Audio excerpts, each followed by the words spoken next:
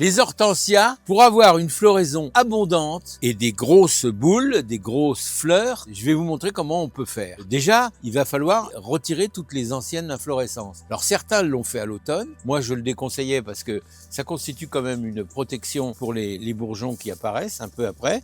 Donc on va déjà couper toutes les fleurs qui sont là et qui n'ont plus lieu d'y être, bien sûr. Et on va laisser les bourgeons. On a le choix entre deux types de taille. On peut tailler très court, 30 cm en gros, et dans ce cas-là, on va avoir des massifs compacts, ou au contraire, à mi-hauteur, si on veut quelque chose d'un mètre, 1,50 m de hauteur. Donc là, nous, on a opté plutôt pour une taille moyenne, donc on va faire comme ça. Et on va couper, on utilise un sécateur qu'on aura pris le soin de désinfecter préalablement, aiguiser si nécessaire, bien sûr. Première étape, se débarrasser de toutes ces feuilles. Et pour la taille proprement dite, on y reviendra après. On verra plus clair quand on aura coupé toutes ces inflorescences de l'an passé.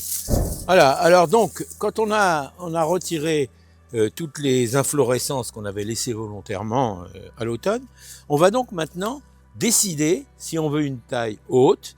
Donc si c'est une taille haute, 2-3 yeux, on va voilà 2-3 bourgeons, 1, 2, 3. On est déjà haut là, donc on va couper ce qu'il y a au milieu. Et après, on peut faire le choix d'avoir une taille basse. Si on choisit la taille haute, on va donc avoir évidemment une floraison plus haute.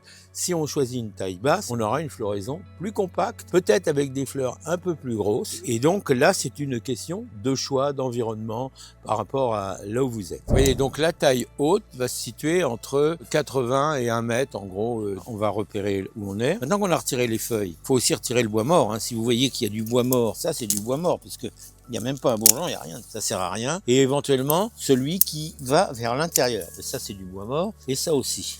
Donc vous voyez, quand on a fait ça, déjà on a bien travaillé. Les hortensias, ces variétés-là, le macrophylla, puisque c'est celui-là, il va donc fleurir sur les bois de l'année précédente, pas sur les bois de l'année. Le bois de l'année va faire de la feuille, mais sur les bois de l'année précédente. Alors pensez-y quand vous allez tailler pour bien laisser les bourgeons qui sont vraiment optimum. Ici on a un bout de bois. Alors c'est maintenant qu'on voit clair, parce que si on avait voulu tailler dès le départ, on n'aurait pas vu tout ça. Donc là on voit bien que là on a un rameau, mais il n'est pas très prometteur. Il y a un bourgeon, oui je sais qu'il y a un, deux bourgeons. Donc on va raccourcir comme ça. Ça va permettre à l'air de circuler correctement à l'intérieur du pied. Et ça c'est important aussi, parce qu'il faut que ça puisse respirer tout ça. Mais sinon, si on le fait pas comme ça, on se rendra pas compte exactement de ce qu'il faut couper. Je vais pas tailler plus sévèrement, puisque vous voyez, j'ai mis tous les bourgeons à l'air, ils sont là. Il y a encore un peu de bois mort, maintenant on le voit bien. Donc on le coupe. Et on va donc redonner de la vie à nos hortensias qui vont redémarrer de la meilleure façon possible. Comme je vous l'ai dit, on voit beaucoup plus clair. On va couper au-dessus, c'est là qu'on coupe. On va pas laisser, vous voyez, cette partie-là qui a rien, on va pas la garder. Donc si vous êtes averti, vous pouvez le faire en même temps que vous faites l'opération de retirer les anciennes fleurs, les inflorescences. On va couper au-dessus des bourgeons, là. On a des bourgeons qui sont en formation, là on en a. On considère que c'est la bonne taille, donc on va couper là, vous voyez. Si on veut le faire en même temps, on peut couper les inflorescences, bien sûr, de l'année dernière. Le plus important, c'est de faire la bonne taille, quoi. Comme là, on va couper la fleur, et en même temps, on va couper ce qui nous paraît un peu inutile, quand même. Dites-vous bien que c'est grâce à cette taille qu'on va régénérer nos hortensias et qu'on leur donnera beaucoup plus de vigueur puisqu'ils vont repartir du sol, ils vont se ressourcer. Avec le traitement qu'on va leur mettre après, quand on aura fini la taille, dont je vais vous parler, on va se rendre compte que c'est tout à fait bénéfique pour eux. On va donc maintenant faire un traitement naturel pour modifier les couleurs. Alors ici, à la base, ce sont des roses. C'est de l'hortensia rose, comme c'est souvent le cas. Mais on a quelques bleus qui apparaissent. Pourquoi on a mis de l'ardoise pilée l'année dernière? Il est là d'ailleurs. Je peux vous montrer qu'il en reste. Mais l'inconvénient, c'est que les ardoises, vous voyez, c'est bien, c'est efficace, puisque ça contient du sulfate d'alumine, et c'est donc ça qui permet le bleuissement. Mais il faut d'abord identifier si le sol est acide ou calcaire. Parce que si le sol n'est pas suffisamment acide, c'est-à-dire qu'on mesure son pH, et quand on connaît le pH, on sait qu'à 7 c'est neutre, qu'en dessous c'est acide. Un bon pH pour l'hortensia, c'est 5,5, quoi, si on veut du bleu, quoi, bien sûr. Sinon, ça s'adapte un peu à tout. Mais dès que vous serez au-delà de 7, vous aurez du rose, inévitablement. Ça, c'est vrai pour les sols acides. Mais si vous êtes dans un sol calcaire, si au contraire vous voulez du rose et que le sol au contraire est acide et que vous voulez l'alcaniser, dans ce cas-là, il faudra y mettre de la chaux ou bien de la cendre de cheminée. Mais ça, c'est pour les sols qui sont au-delà du pH de 7. Et là, vous aurez des roses. Et même les bleus et les autres deviendront roses, sauf les blancs. Les blancs, de toute façon, ne changent pas de couleur. C'est vrai aussi pour le vanille fraise. Vanille fraise, c'est un hortensia, vous devez connaître, qui est blanc et rose, qui est magnifique d'ailleurs. Mais lui, on ne change pas sa couleur, quelle que soit la nature du sol.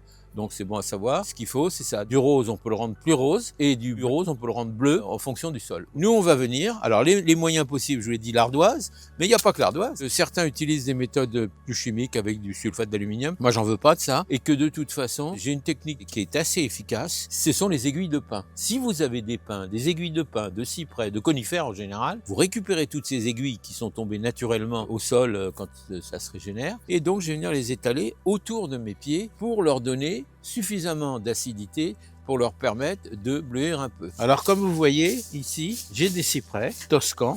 Ils perdent naturellement quelques aiguilles chaque année, hein, c'est normal à la sortie de l'hiver.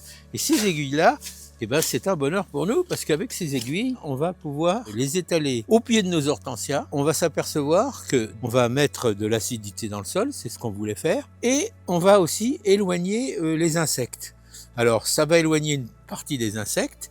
Donc ça c'est pas mal, les prédateurs. Concernant l'herbe, eh ben, elle va pas repousser aussi facilement que ça. Donc on a un triple effet naturel et c'est pour ça que je vous le recommande. Voilà, donc là, après je vais donc étaler toutes ces aiguillettes au pied des hortensias. Alors pas trop près des troncs, autour parce que ça va être assimilé par les racines. Ça va se désagréger progressivement en libérant de l'aluminium naturel dans la décomposition.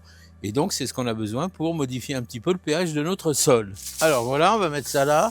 C'est les racines qui vont donc faire le travail. L'intérêt de cette technique, c'est que on va d'abord modifier le pH du sol autour de nos hortensias, et c'est ce qu'on souhaite. On va limiter les prédateurs, ça les indispose un peu, cette acidité. Et le dernier point de vue, c'est que ça va limiter la pousse des adventices et des mauvaises herbes. En une seule opération, on va désherber, on va amender le sol, et on va débarrasser ou en tout cas éloigner les prédateurs. Voilà ce que je voulais vous dire et que je pense qui est assez bénéfique.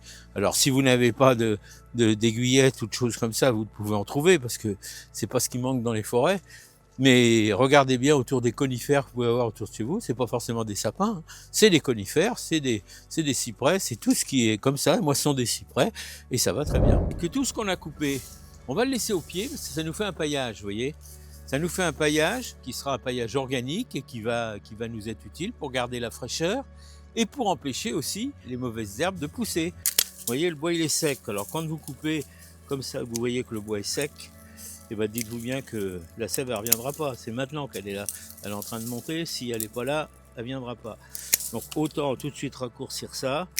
J'espère que pour vous c'est clair. Si jamais ça ne l'est pas, eh bien si vous avez des questions, eh bien n'hésitez pas, hein, sous la vidéo, de me les poser et je m'engage à vous y répondre, bien sûr, comme d'habitude d'ailleurs. Donc bon courage à tous et en attendant, à bientôt mes amis.